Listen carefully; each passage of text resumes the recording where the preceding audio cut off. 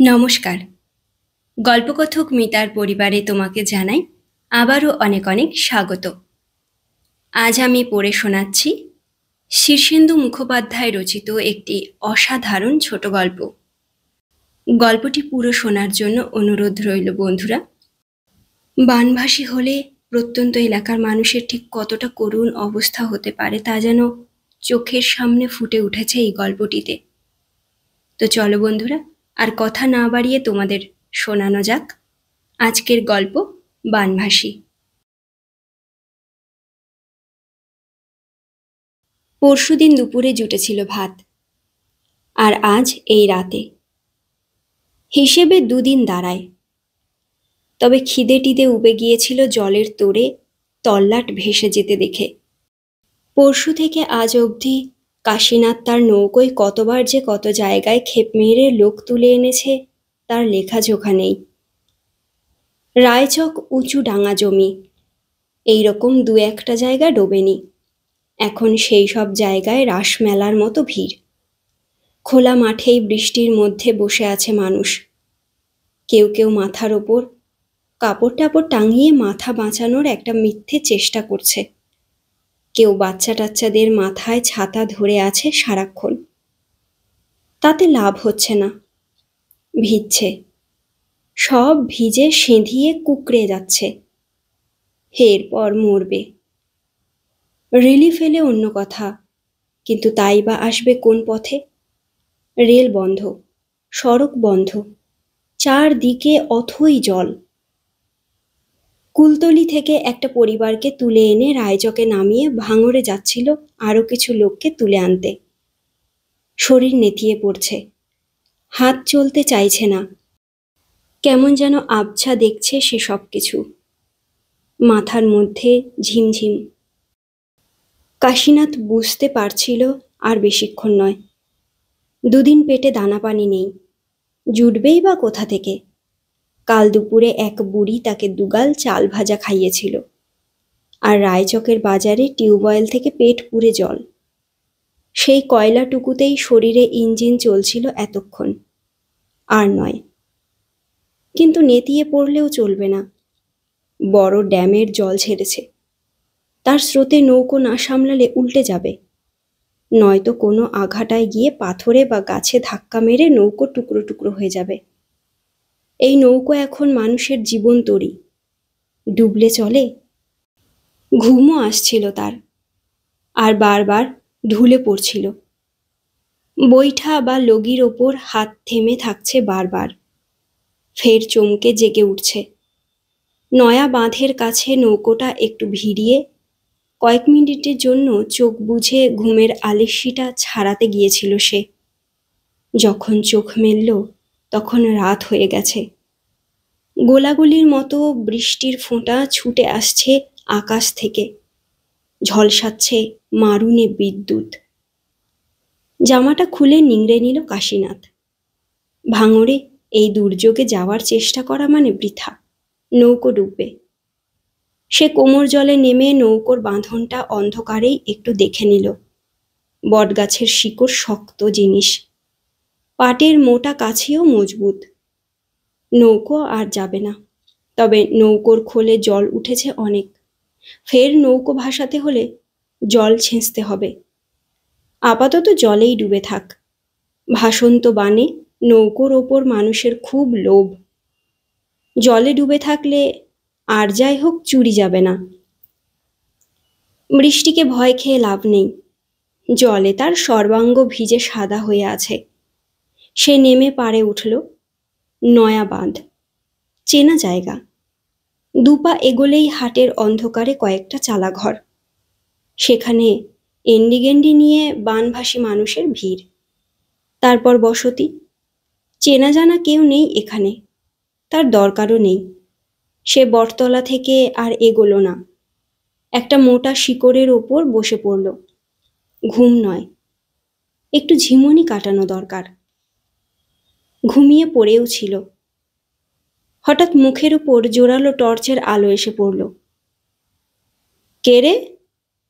কে ওখানে? চমকে সোজা হলো কাশীনাথ। সামনে ছাতা মাথায় কয়েকজন লোক। অন্ধকারে ভালো ঠাওর হলো না, তবু আন্দাজে বুঝল এলেবেলে লোক নয়। কাশীনাথ কি বলবে ভেবে পেল না। সে কাশীনাথ, কিন্তু এর বেশি তো আর সে কিছু নয়। তা সেটা তো আর দেওয়ার মতো কোনো পরিচয় নয় তার। কাশীনাথ ফ্যাঁসফেঁসে গলায় বলল, এই একটু জিরিয়ে নিচ্ছিলাম আজ্ঞে, চোর ছাচোর নই, নৌকো বাই। মাছ ধরো? আগে ধরতুম, এখন হাটে বাজারে মাল নিয়ে যাই। কে একজন চাপা গলায় বলল, ওলাইচণ্ডীর কাশীনাথ? সামনের লোকটা বলল, ও, এই তবে কাশীনাথ। কাশীনাথ খুব অবাক হল। এরা তাকে চেনে? কি করে চেনে? তাকে চেনার কথাই তো নয়। তোমার নৌকো কোথায়? বটগাছে বেঁধে রেখেছি, শরীরে আর দিচ্ছিল না বলে একটু ডাঙায় বসে জিরিয়ে নিচ্ছিলাম বাবু। দোষ হয়ে থাকলে মাপ করে দেবেন, না হয় চলেই যাচ্ছি। আরে না না, দোষের হবে কেন? তবে এটা কি আর জিরোনোর জায়গা? তুমি তো মেলা লোকের প্রাণ রক্ষে করেছ হে বাপ। করেছে নাকি কাশীনাথ? প্রাণ রক্ষে করা কি সোজা কথা? প্রাণ বাঁচানোর মালিক ভগবান। সে কিছু লোককে বানভাসী এলাকা থেকে তুলে এনে ডাঙা জমিতে পৌঁছে দিয়েছে মাত্র। তারা যে কিভাবে এরপর বেঁচে থাকবে তা সে জানে না। কাশীনাথ টর্চের আলোর দিকে চেয়ে বলল, ভাঙড়ের দিকে যাচ্ছিলাম বাবু, তা শরীরে বড় মাতলা ভাব, তাই। বুঝেছি। বলি, দানা পানি কিছু পেটে পড়েছে? ওসব তো ভুলেই গেছি। কারই বা দানা পানি জুটছে বলুন? সব দাঁতে কুটো চেপে শুধু ডাঙা খুঁজছে। লোকটা দীর্ঘশ্বাস ফেলে বলল, তাই বটে হে। লোকের দুর্দশা দেখলে আঁত শুকিয়ে যায়। নয়া বাঁধে তবু আমরা কিছু চিড়ে গুড় আর খিচুড়ির ব্যবস্থা করেছি। দিন দুই হয়তো পারা যাবে। রিলিফ না এলে তারপর কি যে হবে কে জানে। কাশীনাথের পায়ে অন্তত গোটা সাতেক জোক লেগেছে। সে হাত বুলিয়ে বুলিয়ে সেগুলোকে উপড়ে ফেলতে ফেলতে বলল, সে আর ভেবে কি হবে, কিছু তো মরবেই। তা বাবু বলি কি, তোমার পরিবার পরিজন সব কোথায়? কেউ নেই বাবু, আমি একা বোকা মানুষ। ঘরদোর? ওলাইচণ্ডীতে আছে একখানা কুড়ে, তা সেটাও বন্যার তোরে ফি বছর ভেসে যায়। এবারেও গেছে। এখন নৌকোই ঘরবাড়ি বাবু।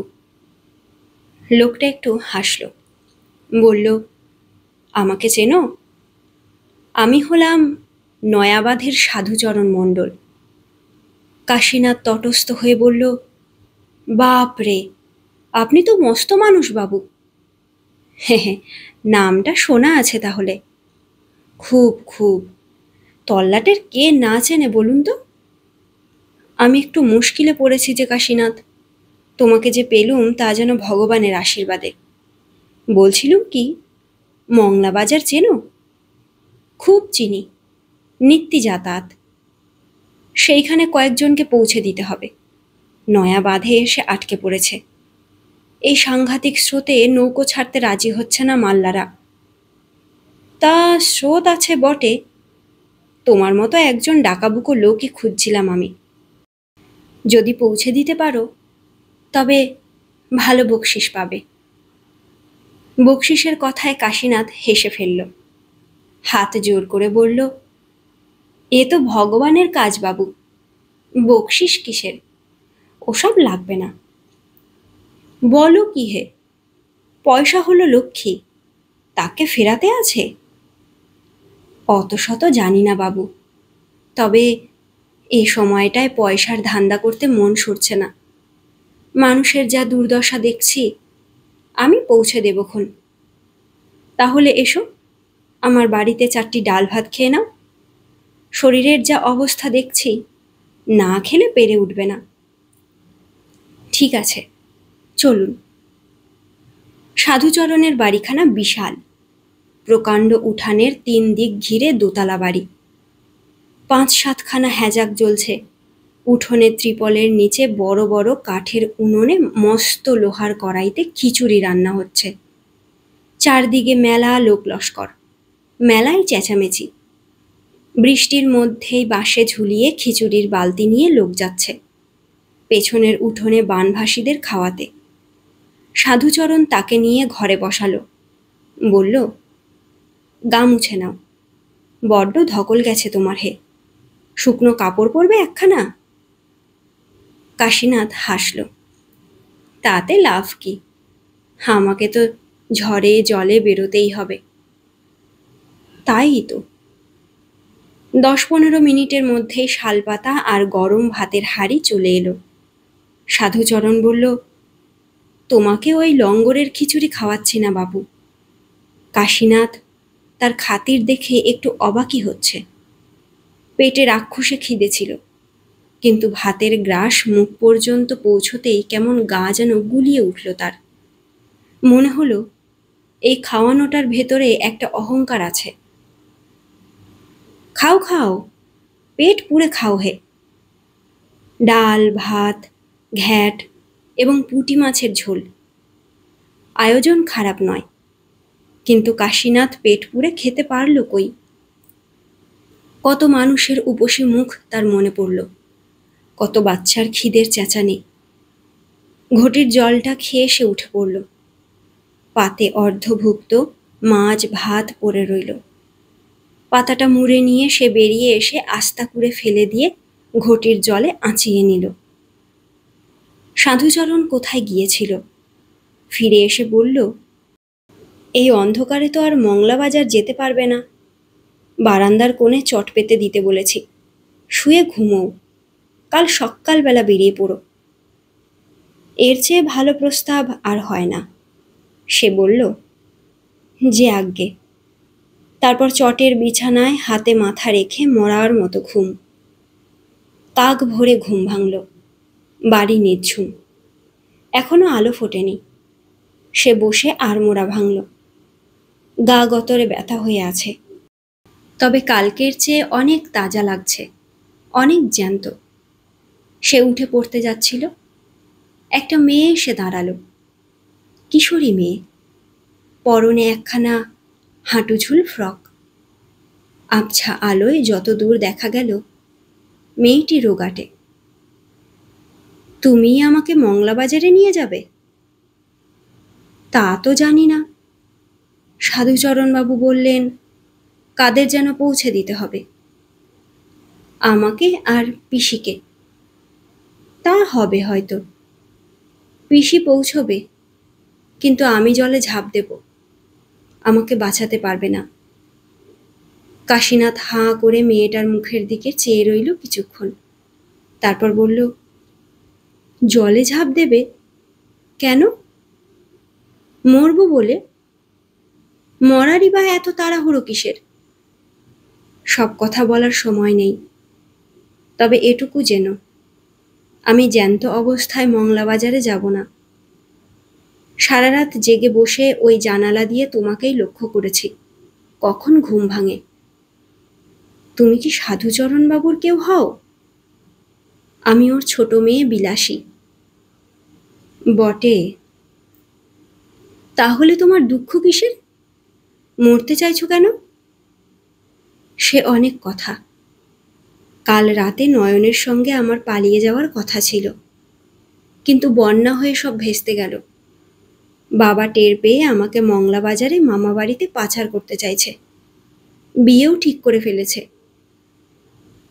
এ তো সাংঘাতিক ঘটনা। তাই বলে রাখছি তোমাকে, আমি কিন্তু মরব, তুমি কিন্তু দায়ী হবে। আমাকে কি করতে বলছো? বললে শুনবে? বলেই দেখো না।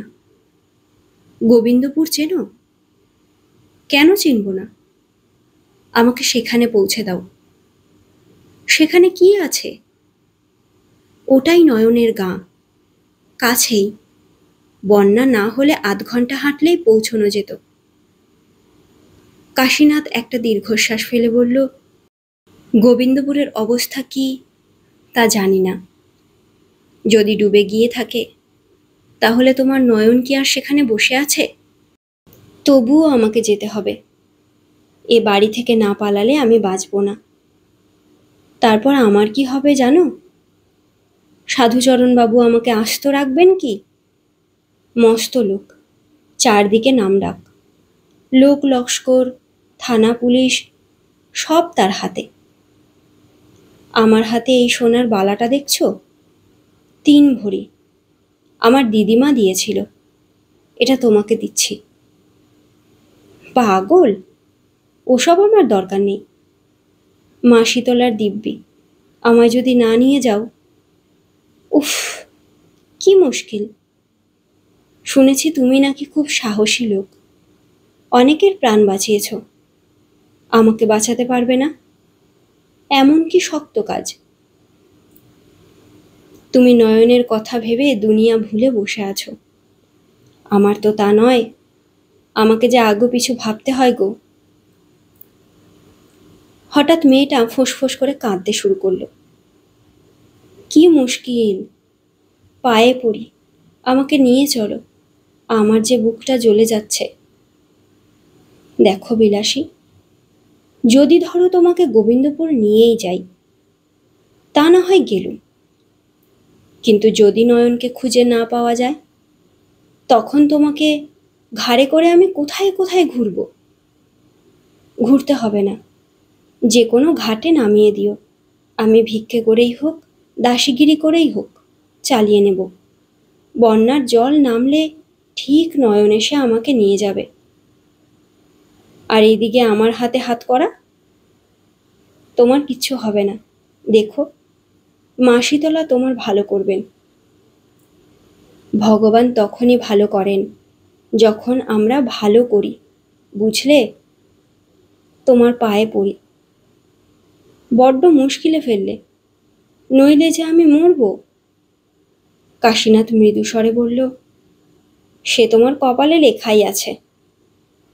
চলো না, লোকজন উঠে পড়লে যে আর হবে না। ঠিক আছে, চলো। রাবণে মারলেও মারবে, রামে মারলেও মারবে।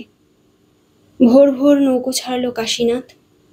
মেয়েটা উল্টো দিকে বসা, তাকে বৈঠা ধরিয়ে লগি দিয়ে অগভীর জলে নৌকো ঠেলে নিচ্ছে। একটু তাড়াহুড়োই করতে হচ্ছে, লোকজন টের পেলে তাড়া করবে। কাশীনাথের ঘাম হচ্ছে খুব। ডাঙা পথে গোবিন্দপুর যতটা দূর, জলপথে তত নয়। সাঁ করেই চলে এলো তারা। সুপুরি, নারকেল গাছ, কয়েকটা দালানের ওপর দিকটা ছাড়া গোবিন্দপুর গা পুরো নিশ্চিহ্ন। দেখলে তো কি বলেছিলাম? মেয়েটা তার পুটুলি কোলে নিয়ে হাঁ করে দৃশ্যটা দেখছে, দু চোখে জলের ধারা। এবার কি করবে বলো? মেয়েটা তার দিকে মুখ ফিরিয়ে তাকালো। কিশোরী মুখখানি এখন ভোরের আলোয় পদ্ম ফুলের মতো সুন্দর দেখালো। কান্নায় ভরাট গলায় বলল,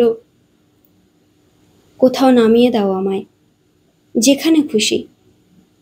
কাশীনাথ একটু ভেবে বলল, শোনো মেয়ে, নামিয়ে দিলে তোমার বিপদ হবে।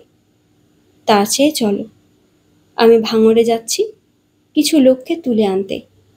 তাদের পৌঁছতে বেলা মরে যাবে। তারপর তোমাকে সাঁঝের পর বরং নয়াবাঁধেই নামিয়ে দেব। বাড়ি চলে যেও। বাবা আমাকে মেরেই ফেলবে। 2-4 ঘা মারবে হয়তো, কিন্তু আবার ভালোও বাসবে। বাড়ি হলো আশ্রয়। আমাকে দেখো না, আমি এক লক্ষ্মী ছাড়া, ভাববার কেউ নেই। মেয়েটা গুম হয়ে বসে রইল। নয়ন ভাঙড়ে গেল, বানভাসী লোক তুলল, তাদের পৌঁছে দিল ডাঙা জমিতে। রায়চকে আজ রিলিফের খিচুড়ি দিচ্ছিল। বিলাসীকে নিয়ে নেমে পড়ল কাশীনাথ। বলল, 4টি খেয়ে নাও, আর জুটবে কিনা কে জানে। মেয়েটা আপত্তি করল না, খিচুড়িও খেলো পেট ভরে। তারপর বলল, জানো, আমি এভাবে লঙ্গরখানায় বসে খাইনি কখনো। আমার বেশ লাগছে। মানুষের কি কষ্ট, তাই না? খুব কষ্ট। কাছে পিঠে থেকে আরো দুটো ক্ষেপ মেরে কিছু লোক এনে ফেলতে হলো কাশীনাথকে। সঙ্গে সারাক্ষণই ছিল বিলাসী। কেমন লাগছে? খুব ভালো লাগছে, কষ্টও হচ্ছে। একটা কথা বলবো? কি? আমি নয়নের দেখা পেয়েছি। অ্যাঁ? কোথায় দেখা পেলে? বলনি তো। রায়চকে। আমাকে দেখে তাড়াতাড়ি ভিড়ের মধ্যে মিশে গেল। বললে না কেন? ধরে আনতাম। মাথা নেড়ে বিলাসী বলে, তাকে আমার আর দরকার নেই যে। সে কি? তার জন্যই না বিপদ ঘাড়ে করে বেরিয়ে এলে। সে এসেছিল। এখন এত মানুষ আর তাদের কষ্ট দেখে মনটা অন্যরকম হয়ে গেছে। মনে হচ্ছে নয়নও আমাকে চায় না। বাঁচালে, তাহলে চলো নয়াবাঁধেই তোমাকে রেখে আসি। বিলাসী ঘাড় হেলিয়ে বলল, হ্যাঁ। নৌকো বাইতে বাইতে কাশীনাথ বলল, বাবার মারের আর ভয় পাচ্ছ না তো? বিলাসী আনমনে দূরের দিকে চেয়ে থেকে বলল, বাবা আর কতটুকু মারবে? ভগবান যে তার চেয়েও কত বেশি মেরেছে এত মানুষকে। কাশীনাথ একটু হাসল।